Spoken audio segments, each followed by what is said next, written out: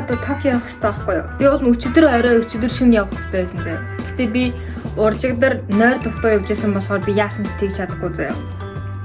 Тийм болохоор би өнөөдөр өглөө ингээд үрээр босоод явъя гэж бодсон байхгүй юу? Тэгсэн чи одоо баг 11 болж байна за. Тэгээ би өчтөр шин би ахаа 3 хүртэл унтч чадаагүй.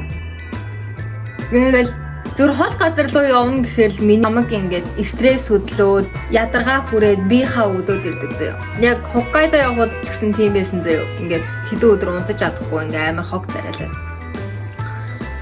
Яа, энэ яг зүгээр л яг ийш тийш явна гэдэг бол үнэхээр миний зүйл биш. Би одоо 3 сард би ингээд Монгол явна. Чадвал одоо корона эдэр гайгүй байх юм бол. Гэхдээ би ингээд 3 сард Монгол явхаа би одоо ингээд айдаг заяа. Зүгээр ингээд яаж явнаа.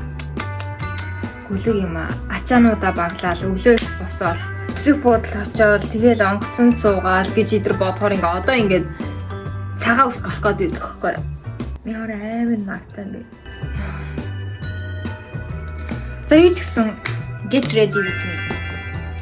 Би нүрээ будна. Тэгээд үсээ янзлна. Энэ хоорондоо бас та бүхэндээ ярьж өгөх юмтай. Яагаад гэвэл би бас нэг түүхийн аимшигт аллагт бол донтоод бол одоо ингээд 7 молоо унж байна.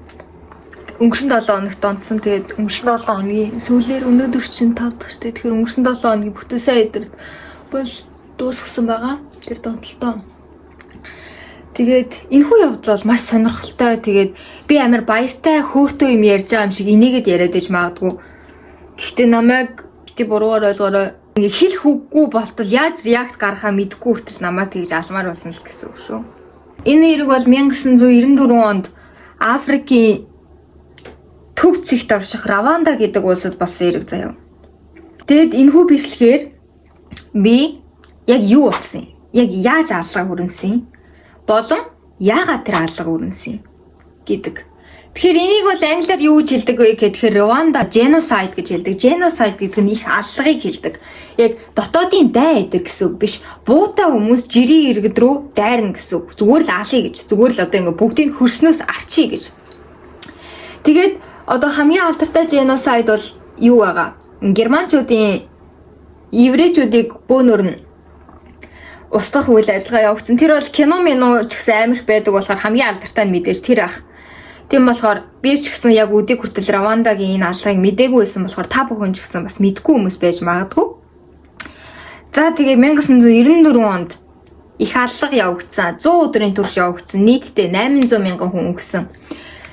Алагдсан. Тэгэхээр энэ нь нэг өдөрт 8 мянган хүн гэсэн үг. Нэг өдөрт 8 мянган. За цагаар үзье. Нэг цагт 333 хүн буугаар буудагдсан. Эсвэл бол тийм нэг худах шиг ийм амар урт ямаар ингэж алагдсан гэсэн. Нэг цагт 333 хүн. Энэ Раванда гэх улсад ерөөдөө бол 3 үндэстэн байдаг. Түгээмэл гэх юм уу? Hutu, Tutsi, Twa гэдэг 3 үндэстэн байдаг зэ. Hutu нь хүн амын 85%-ийг эзэлдэг. Tutsi 15%. Тэгээд Twa болохоор 1% гэсэн. Яг энэ хоёроос жоохон хасаад. Тэгээд энэ аллаганд юу болсон бэ гэхээр Hutu-гийнхан 15%-ийн Tutsi-нуудыг бүгдийг алъя. Бүгдийг хөрснөөс арчия гэсэн шийдвэр гаргасан заяа. Тэгээ энэхүү алга зөвхөн цэрэг зэвсгийнхэн биш. Юунууд ч гэсэн энгийн ард иргэд ч гэсэн оролцсон. За яг юу болсон бэ? 1994 оны 4 сар, 1994 оны 4 сарын 7. Маш сайхан. Энэ өдөр ерөнхийлөгч яг тухайн Раванда гэдэг улсын яг тэр үеийнх нь ерөнхийлөгч Hutu хүн байсан заяа. Hutu хүн байсан. Тэгээ тэр хүн ингээд нислэг тэргээр яг улстай буужсан аахгүй. Тэгээд тэрийг хинч мэдэхгүй заяа. Одоо хүртэл хин буудаж унгаас нь мэддэхгүй. Тэр нислэг тэргийг буудаад унгаацсан. Яг газарлах чахт нь. Тэгээд Hutu-гийн хан манай ингээ Hutu-гийн ерөнхийлөгчийг Tutsi-гийн буудаад унгаачлаа. Гэт тэр яг нислэг тэргийг буудаж угаахад их чимээ гарна штэ. Нэг тосгон байла. Юу нийслэл нөхгүй. Нийслэлд нь нэг том бууны чимээ гарлаа. Тэнгүүд шууд радионууд хүн болгон гэртээ радиотой байсан зүй. Радиогоор Tutsi-гийн жомнууд одоо тухайн жомнууд гэж амар хэлчихсэн байлээ. Яг тэрүүгээр нь ярьж явуулчлаарай. Түүцгийн жомнууд Хүтүгийн ерөнхийлөгчийг маань буудаад унгаачлаа. Гарт байдаг бүх зэвсгийг ав, ямар ч хамаагүй түүцийнүүдийг бүгдийг наал. Гэт ингээд энэ радио 100 хоногийн турш үргэлжилсэн заяа. Тэгэхээр ингээд яг тэр түүцийж байна, Хүтүж байна, тэр хүмүүсийн ингээд тархинд ингээд ийм муухай пропаганда гэдэг лөө. Ийм муухай ингээд хар яриа, ухуулга яриаг ингээд 100 өдрийн турш тараасан гэсэн.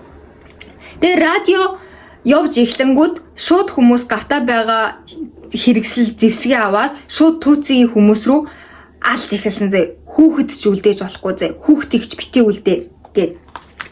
Тэгээд энийг бол нь штэ анханасаа зохион байгуулалттай байсан гэж угаасаа бодож байгаа. Гэлгийн амир яг ерөнхийлөгч байсан чинь минутын дараа гинт радиогоор баахан хүмүүс юм яриад ингэж байхгүй штэ.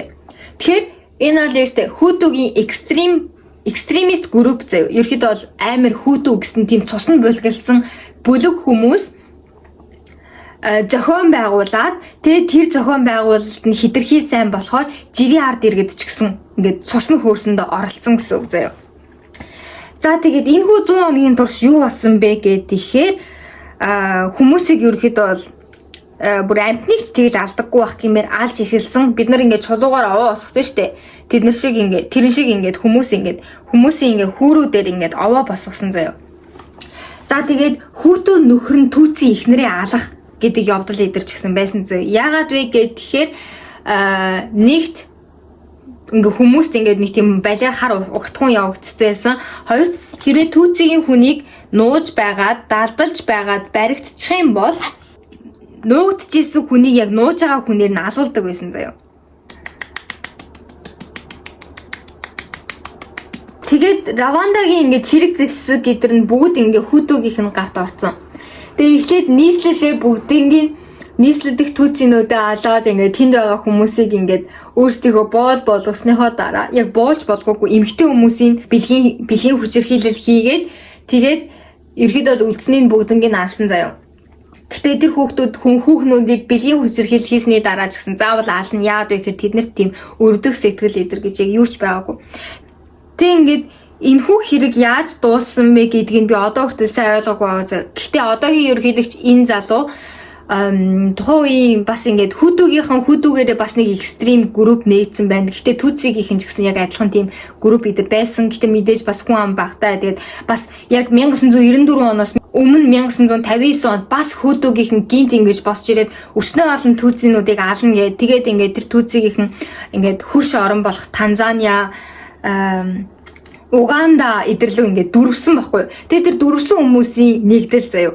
Тэгээ тийм хүмүүс нь буцаж юунд Равандад орж ирээд тэгээ бас ингээд бусад ингээд өөр улсуудын бас жоохон дэмжлэг байж агаад тэгээд хэрвээ яг энэ аллага одоо зогсоохгүй бол Хүтүгийн хүмүүсийг алж эхлэн шүү гэж 100 хоногийн дараа сануулга өгөхөд тэгээд ерөөхдөө бол дууссан. Мэдээж тэрнээс өмнө гэсэн зөндөө юм болсон. Гэхдээ Хүтүгийнхэн үнэхээр бид нар яаж чадахгүй л гэж бодож байсан баг. Ерөөхдөө бол товчоор ярихад бол ийм юм болсон юм аа. За тэгээд хүүхдүүд яаж амьд үлдчихсэн бэ гэхээр тухайн үед нөгөө нэг бас л Есүс шашныг амар дэлгэрүүлэх зорилготой ингээл амар их цагаан арьстай хүмүүс ийш тийшээ яваад сүм мөн барьдаг байсан шүү дээ. Тийм сүм мөнд ороод зөвхөн хүүхдүүдийг ингээд байлгана гэдэг тийм сүмийнхэн заяа. Тэгээ ингээд тэд нар ингээд цагаан арьснууд болохоор Хүтүгийн ерөөхдөө бол цагаан арьснууд ч юм уу Америкууд руу эсвэл нөгөө нэг улаан загалмаа гэж байдаг шүү дээ. Улаан загалмаагийн хүмүүс рүү гал нээчих юм бол ерөөхдөө бол өөртөө ингээд дэлхий дахинд алагдана гэдгийг мэдчихсэн заяа. Тийм болохоор тэднэр лөө дайраагүй. Тийм болохоор тэр Есүс гэж яриад байгаа Христийн шашны сүмийн ингээд хашаагаар ингээд жоохон нялх хүүхдээ ингээд давуулж шидэж мэдчихсэн ч гэсэн яриа одоо үнэн юм бол байгаа заяа. За тэгээд энэхүү хэрэг яагаад гарсан бэ гэж байгаа штэ. За энэхүү хэрэг бол вэ штэ. Огтхонч нэг шөнийн дотор сэрээд за төсөөл энэхүү зүйлхээ ойр жоохон дэндээд эднийг алчий гэсэн юм бол байгаагүй. Нэг Түүцигийнхэн яг тухайн Раванда гэдэг улсынхаа газар нутаг дээр Хүтүгийн дараа ирсэн. Тэгэхээр ерөөхдөө тэдний газар нутаг дээр ирээд суудсан гэж байгаа юм шиг Хүтүгийнхэн тийм бас ойлголт байсан байх заяа. Гэхдээ яг үүндээ үзэн ядалт бол байгаагүй заяа. Яагаад вэ гэхээр энэ хүмүүсийн эрхэлжсэн ажил гэдэг ч юм уу амьдрахын төлөө хийдэг байсан юм ондоо байсан байхгүй. Би та нарт одоо хэлээ л да. 85% хүн амтай хүүтүү болохоор газар тариалан эрхэлдэг байсан заяа. Ингээд ногоо тарьдаг байсан. 15% түүций болохоор малчд байсан. Яг малчд гэх үү одоо ингээ үхэр хариулдаг хүмүүстэй тийм байсан. Тэгэхээр түүцийгийнхэн мах хангаад хүүтүүгийнхэн гурлан бүтээгдэхүүн хангаад байх юм бол хэдий ингээд нэг нэгэнд муу түүций муу хүүтүү гэд тэгсэн ч гэсэн юу яахгүй штэ. Яг ингээд хоорондоо ингээ хэрэгтэй зүйлээ өгч авалцаад ингээд амьдрч болно штэ. Тийм болохоор яг тэгтлээ амир үзэн ядалт бол ингээ анханаас бол байсан гэсэн үг биш. За юу болсон бэ гэхээр штэ. Бэлэг колоничлалын үеэр Бэлэг ирээд Раванда колони болгосон заяа. Тэгээд яаж энэ хүмүүсийг удирдах вэ гэхээр одоо манайхан ч гэсэн энэ үгийг бол зөндөө асар их сонсч ирсэн байх. Ингээд дотроос нь хагалган бутаргаж агаад удирдна гэж. Тийм болохоор энэ ястан үндэстнүүдийг ингээд салгасан байх нь шүү. За яг юугээр бодитор юу хийдэг байсан талаар би ярьж өгье. Одоо түүций ингээд хэдий хүн ам ингээд багтааж гэсэн ерөөд бол тухайн үеийн лидерүүд нь түүций байх явдал их байсан заяа. За Бэлэг ирлээ. За тэгээ бодох нь штэ. За ингээд энэ хүмүүсийг ингээд удирдах гал баахан генерал лидер Равандад нүүлгэж авчраад тэр хүмүүсийг хоол болон хүнс орон байраар хангана. Яа зардал их гархан дээ гэж бодох нь штэ. Тэнгүүдээ за энэ хүмүүсийг хагалган бутаргаж агаад өөрөөсөө нь юу яачи? Удирдуулчи. Тэгвэл эдний хооронд жоох үзэн ядалт эдэр үүсээд нэгдэж наашаа дайрахгүй амар штт. Гэж бодох нь штэ. Бодитор юу хийсэн бэ гэхээр нийт Равандагийн хүн амыг бөөнөр нь цуглуулж агаад нэг ID карт бий болгосон байх нь. Яг ямар үндслээр хийсэн бэ гэхээр энэ бас амар сонирхолтой зүй. Амар сонирхолтой амар инээдтэй дээрээс мангар коки зүй. Яг чи хийм бэ гэж бодмор. Хамар нүд эдрийн ингээд том жижигэн ингээд харьцуулж үзэж байгаад яг түүцгийн хүмүүс нь яг үндэ ингээд юу штэ яг түүций болон хүүтүү хоёрыг ингээд харвал яг үндэ яаж ялгах юм ингээд тэр улстай ингээд олон жил амьдэрсэн ингээд яг хоёр хар хүн л шүү дээ. Хоёр хар хүн байна. Яаж гаднаас нараа мэдхийн те. Тийм байхад Бэлгүүд зүгээр л яг ингээд нэг тийм сонин шалтгаан өгж аваад хамар болон нүд идрийн ингээд харт ингээд химжиж үзээд түүцгийнхэн бол за Европтой нэлийн төстэй одоо ингээд фичертэй хамар амтай нэлийн гадаад үзмж идэр нь Европ руу төгсөн юм биш үү. Тийм болохоор түүцгийнхэн бол хүүтүүгээс илүү гэж хэлсэн заяа. Яг Европ хүнтэй төстэй тийм болохоор түүцгийнхэн хүүтүүгээс илүү. Okay, you're cocky. I know that. За тэгээд тэр бүх хүмүүст одоо ингээд Равандагийн оршин суугчдад юу өгсөн? ID карт өгсөн. Тэр ID картн дээр нэр уус тэгээд хамгийн чухал нь хүүтүү юм уу, түүций юм уу үндэсний. Тэгээд баг хүн амтай түүцийгээр их хүн амтай хүүтүүг удирдуулж ирсэн заяа. За тэгээд тэр удирдалтанд дор Бэлгүүд түүцийн үндэстэн байх юм бол сайн ажил амлана. Түүцийн үндэсний үр хүүхдүүдийн боловсролоор хангана.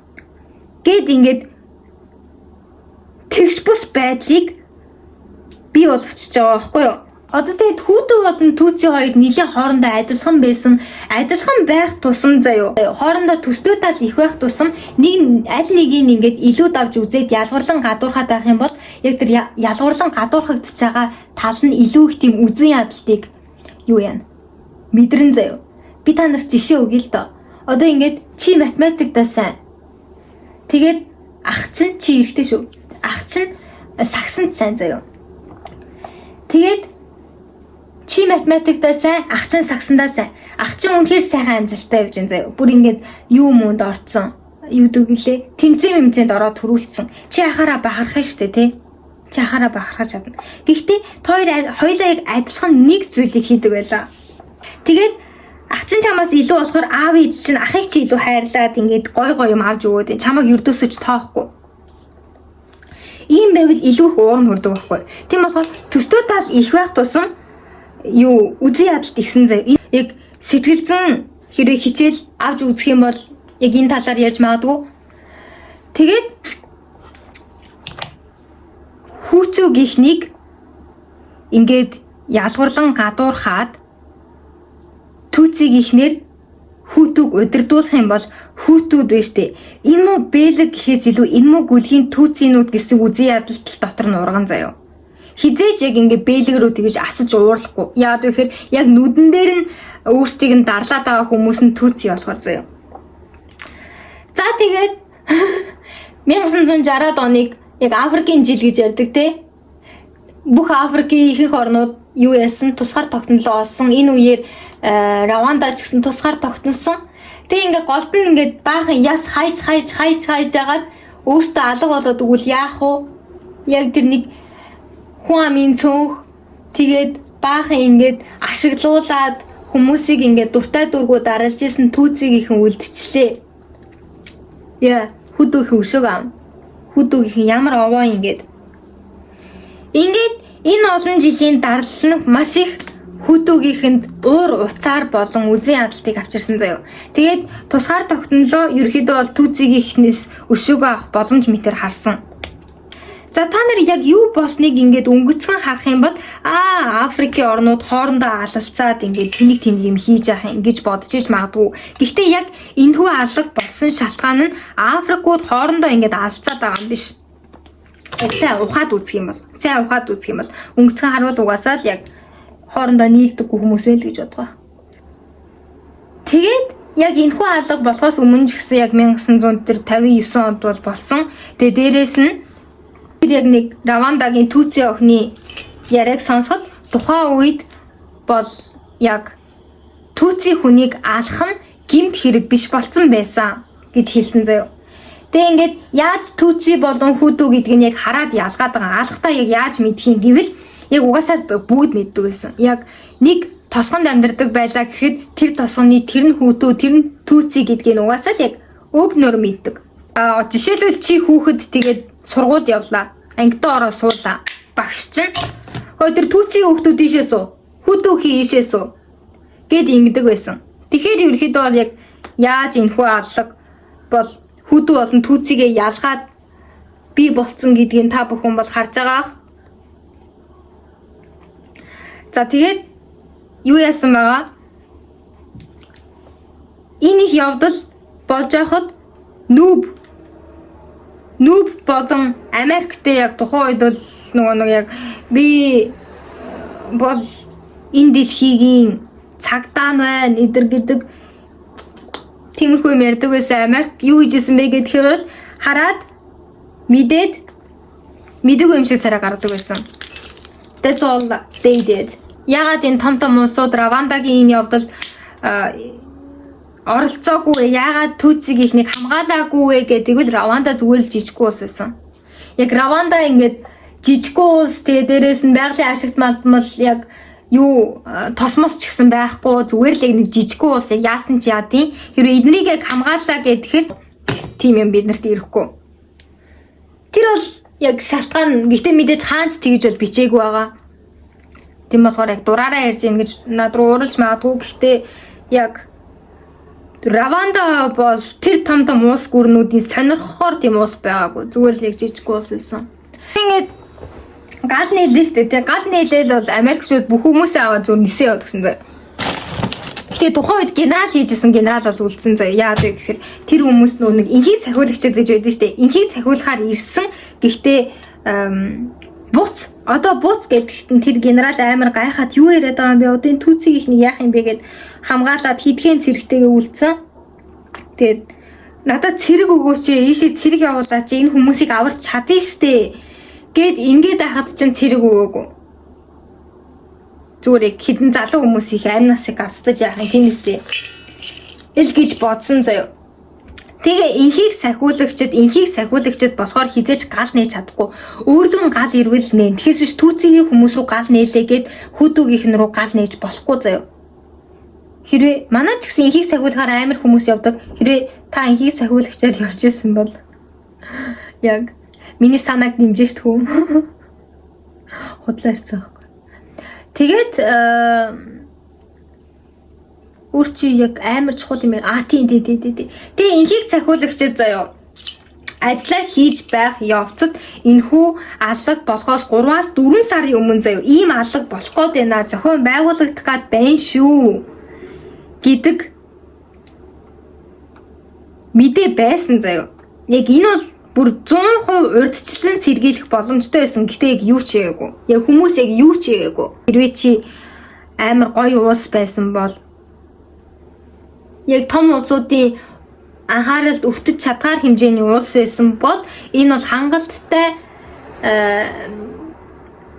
зогсоож урьдчилан сэргийлэх боломжтой байсан. And that's fucking sad. Тэг энэхүү юуг үзэж байгаад байна штэ. Баримтат киног үзэж байгаад хамгийн амар намайг өөлөөсөн нь юу байсан бэ гэхээр ингээд Америкчууд ч юм уу, юуныхын ч юм уу, нүүбийнхэн ч юм уу ирсэн аахгүй юу.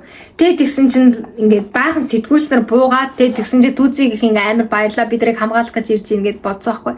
Тэгээд ингээд ирлээ шүүдээ гэд тэгсэн чинь ингээд өөдөөс нь ингээд баах ингээд зургийг аваад яад вэ хэрэг хүн сэтгүүлчэд л очсон байсан зөө ямар цэрэг идэр байхгүй. Хэдэн тэр сэтгүүлчдийг хамгаалах цэрэгтэй зөө. Тэгээд тэр хүмүүсийг хамгаалах боломжгүй зүгээр л яг зураг дарах гэж ирсэн. Yes. Тийм юм болсон байд юм аа. Хүүхдүүдээ. Одоо Равандол Африк дундаа хамгийн гэмт хэргийн тохиолдол багтай, маш цэвэрхэн гэдгээр алдартай. Тэгээд IT-н ч гэсэн үнэхээр сайн хөгжиж байгаа гэж сонссон гэдэг үг. Энэ бол их алгыг хэлдэг. Хэрвээ чи нэг хүн алжих юм бол тэр нь homicide болно. Яг нь murder гэж хэлдэг шүү дээ. Гэтэ тэрнийх нь жоохон хэцүү хэллэг юм шиг байлээ. He just had an abortion. Twins. Yeah, double homicide. Bitch. No, I'm sorry. Энэ бичлэг таалагдах юм бол та нар хэлээрэй. Яагаад гэвэл надаа ингээд ярихаар амар шигтэй их genocide-ийн түүхүүд байна. Жишээлбэл Камбожийн Пол Пот байна. Пол Пот бас л амар юм хийсэн шүү дээ. Пол Пот байна. Өөрчн сайхнаас гэх юм бол яг хүмүүс бол энийг бол яг genocide гэж бол хэлж чадахгүй аа. Гэхдээ ингээд хятадууд уйгуруудыг яаж ингээд амар болгож байна те. Яг монгол хэл дээр яг юу энийгээр бол урт болчихлоо. Тэгээд нэг Африк хятадын колон болох уу гэд энэ бичлэгийг би сайхан үзсэн. Надад таалагдсан. Тэгээд Африкийн талаар яг мэдхийг хүсч ивэл энэ бичлэгийг бас үзээрэй. Яа. Би бол колон болохгүй байх гэж найдаж байна. Гэтэ найдалтай та. За өөрөө хүмүүстээ. Яа би бүр амар их ярьсан. Гэтэ би 100 ката болсон таг марцсан шүү дээ. Би яг үнийг хэлэхэд oh my gosh удахгүй 100 к хүрлээдээ эдэр гэж яг үндэ бол бодож байгаагүй. Яг комент хэсгийг харахаар oh my gosh road to Zuka эдэр гэж яг байдаг гэсэн тийм болохоор яг би гэхээсээ илүү яг миний үзэгчнэр яг миний 100 к гэсэн нэрээ амар харж хүлээсэн юм шиг санагдсан. Тийм болохоор баг надад баяр хүргэе биш та бүхэндээ баяр хүргэе. Тэгээ Zuka-да болгож өгсөнд бол баярлалаа. Яа, амар хурдан байлаа. Тэгээд бас яг YouTube-ийн 100к хүрчихэл яг хаймааргүй байна. Bye bye. Өдөр сайхан өнгөрөөлөө. Тэгээд Silver Button ирэх юм бол нэг тэрийг угааж нэг за